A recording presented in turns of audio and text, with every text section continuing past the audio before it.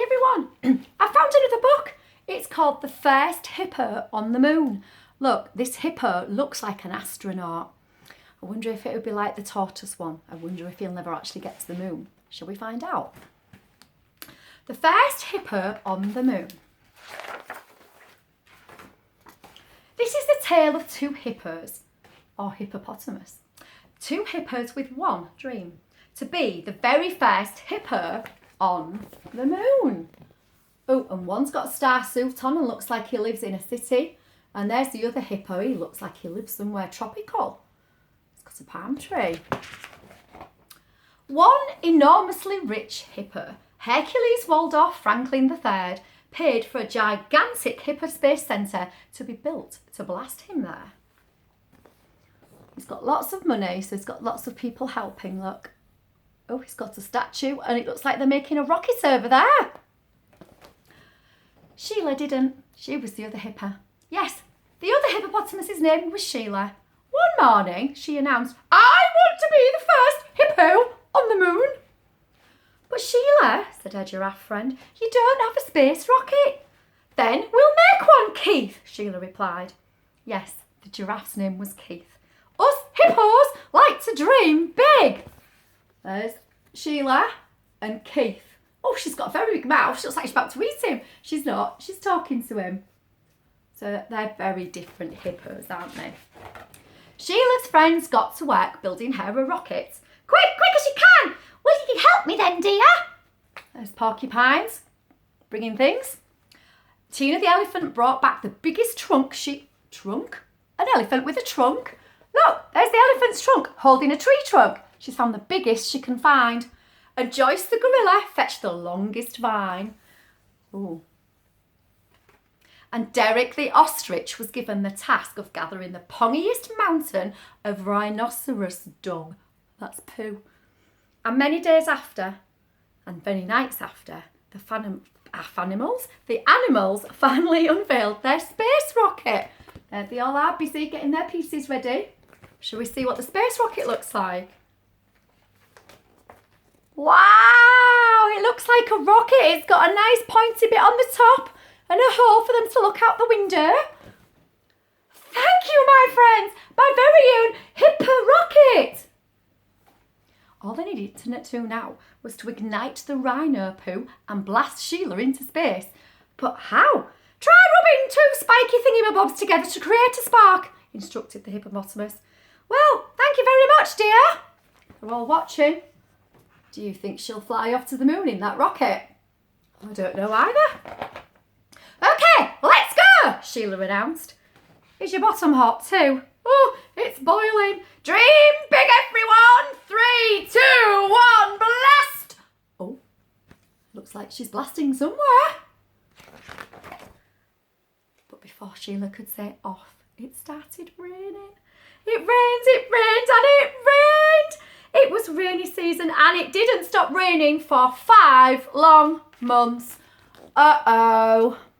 She's not gone anywhere. Her fire went out and now she's got a soggy rocket. Poor Sheila.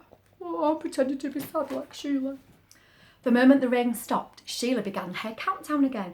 3, 2, 1, blast off! The hippo pocket rocket shot up into the sky. All the animals look a little bit surprised, don't they? Especially the giraffe.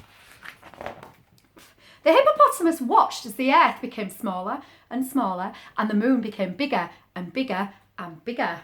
Oh, there's the moon and there's the earth. It does fly, that rocket. I'm really amazed. But in deep space, disaster struck.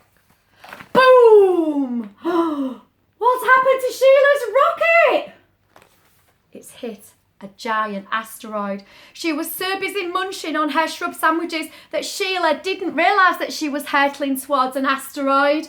Oh dear! The hippo rocket smashed into hundreds of pieces, sending the shocked hippopotamus spinning wildly through space. She stumbled towards the moon. That was really tricky to read. Can you see? It says boom, and then all the words go around in a circle. That's a good sound word, isn't it? An onomatopoeia word. Wow. I wonder what's going to happen to Sheila. To her astonishment, Sheila had landed on top of another hippopotamus, just as he was taking his very first hippo step on the moon's surface. Excuse me, I'm terribly sorry. Oh, look who's there first with his rocket. And here she comes, Sheila, crash into the other hippo. What on earth? I mean, the moon. What on earth on the moon are you doing here? I wanted to be the first hippopotamus on the moon, said Sheila. Well, you're not. I am Hercules Waldorf Franklin III. Remember that name of the very first hippopotamus on the moon. Can't we both be the first hippopotamuses on the moon? Asked Sheila. Oh, she's looking a bit dramatic laid down there. And they're having a bit of an argument because he wants to be the first and she thinks he'll be able to share it. What do you think they're going to do? No, just look at you. You call yourself a hippopotamustronaut.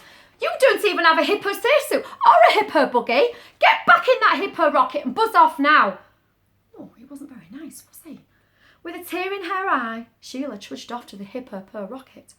Her big dreams had been crushed. There she is, walking off, looking sad and small. As the engines roared, Hercules Waldorf Franklin III bounded towards it. Stop! That's my hippo rocket! Oops, sorry, said Sheila. Blast off! She's got in his rocket. She's leaving him on the moon.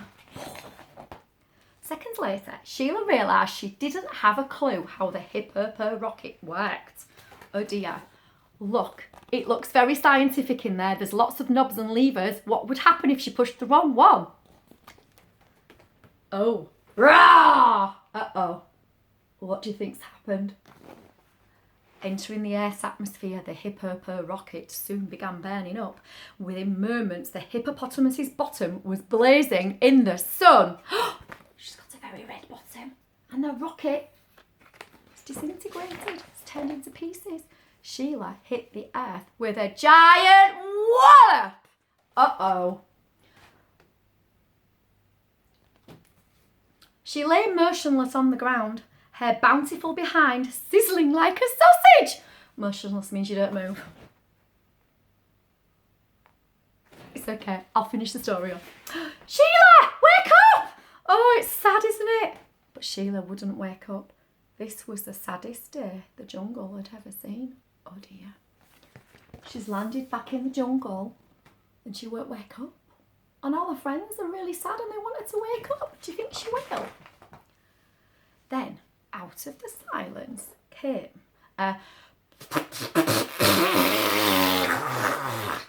the distinctive sound of a bottom burp. All the animals stared at each other. Who would dream of letting one go at such a sad time?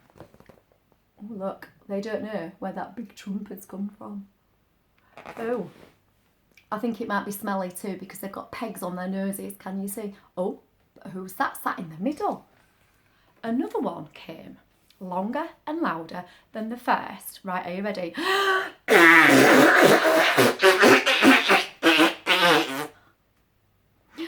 What's that awful smell? The hippo trump was so thunderous it woke her up. Yeah, it woke Sheila up. Oh, it's made by ice water. Oh! That's what the spiky animal said. Look, it's woke her up. That dreadful trump. Now Sheila was famous all over the world as the very first hippopotamus on the moon. Oh, look. And it says here, Sheila, first hippo on the moon, and she's punched out, she's crossed out Hercules.